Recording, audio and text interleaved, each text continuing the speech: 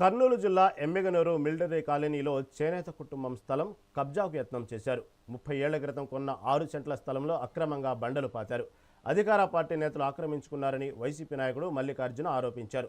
30 ఏళ్ల క్రితం కొనుగోలు చేసిన ఈ స్థలంలో అక్రమంగా బండలు పాతి బాధితులతో వాగ్వివాదానికి దిగడంపై ఆయన మండిపడ్డారు. అధికారులు స్పందించి బాధితులకు న్యాయం చేయాలని, లేని పక్షంలో కబ్జాలపై బుట్టా రేణుకమ్మ ఆధ్వర్యంలో పోరాటాలకు సిద్ధమని ఆయన హెచ్చరించారు. పొలము మీకెందుకు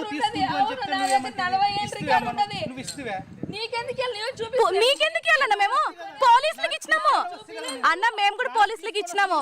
2 నెలలు కొనేందుకు ఇంతుంటే నాకు 40 పోతారు. మాది అన్యాయం చేయను. 2 నెలల కింద తీసుకున్నా నేను, 40 ఏళ్ళ కింద మేము తీసుకున్నామే. ఏం చెప్పాలా?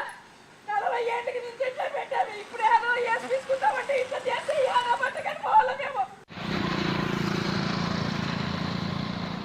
ఈరోజు ఎమ్మెనూరులో చేనేతలు అంటే బ్రాండ్ అంబాసిడర్గా ఉంది కర్నూలు జిల్లాలో, టోటల్ ఆంధ్రప్రదేశ్లో. ఈ చేనేత పురిలో ఈరోజు కబ్జాల పర్వం మొదలైంది.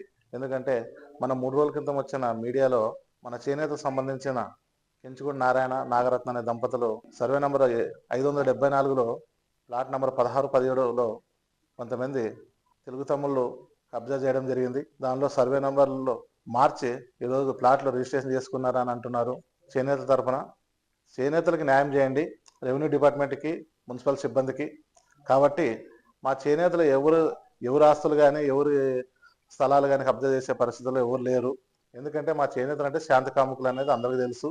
ఈరోజు చేనేతల కోసం, చేనేతల అభివృద్ధి కోసం పార్టీలు కానీ నాయకులు కానీ ఈరోజు ఒకటే చెప్తున్నా, వాళ్ళ తరఫున అభివృద్ధి చేస్తారో చేయరో తెలియదు, కానీ మా స్థలాలు కానీ మా చేనేత సంబంధించిన నాయకులు స్థలాలు కానీ కబ్జా చేయడానికి వెళ్ళొద్దండి.